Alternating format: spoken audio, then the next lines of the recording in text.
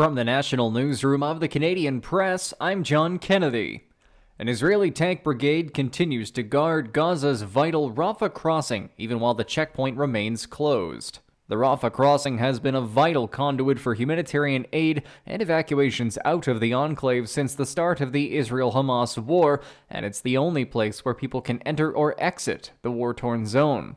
Gaza's health ministry says at least 46 patients and wounded people who were scheduled to leave for medical treatment have now been stranded in the war zone because of the closure. The Israeli military says it reopened the Kerem Shalom crossing into Gaza, which was closed over the weekend after a Hamas rocket attack killed 4 Israeli soldiers. A new opinion poll from Leger suggests nearly half of all Canadians oppose the pro-Palestinian encampments that have cropped up on university campuses across the country. Just 31% of people who responded say they support the encampments, while 48% say they are against the demonstrations. The encampments began more than a week ago, with students demanding that their schools publicize and end their investments in companies that support Israel.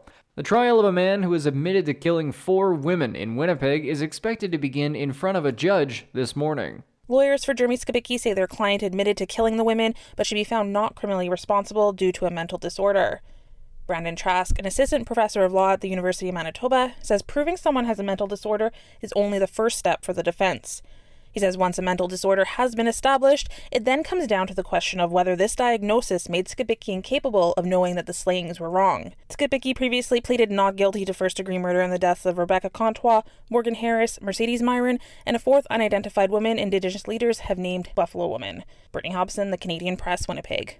Justice Minister Arif Virani is trying to downplay suggestions that a proposed sabotage offense would allow authorities to crush dissent by dismantling rail blockades or breaking up pipeline protests. The sabotage provision is part of a bill designed to counter foreign interference and focuses on the conduct directed at essential infrastructure systems. Toronto police are seeking help from the public as they continue to investigate a shooting that seriously injured a security guard outside of rap artist Drake's mansion. Reporter Andrew Drimbert has more.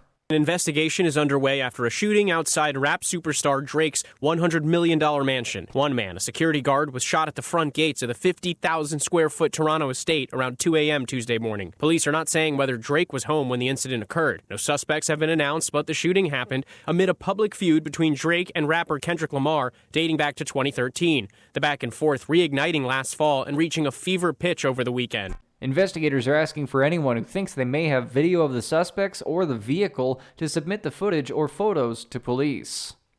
This is the Canadian Press.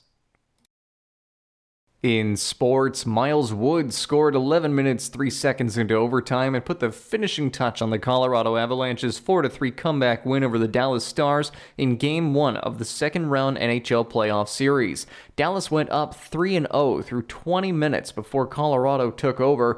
Hart Trophy finalist Nathan MacKinnon scored the game-tying goal 39 seconds into the third period.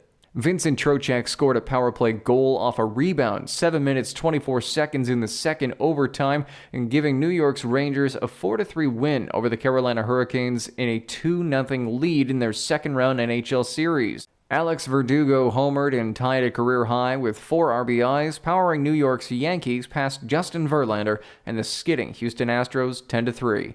Anthony Volpe and Giancarlo Stanton also went deep off Verlander as the Yankees won their 4th straight game. From the Canadian Press, I'm John Kennedy. Thanks for listening. Don't forget to follow and subscribe.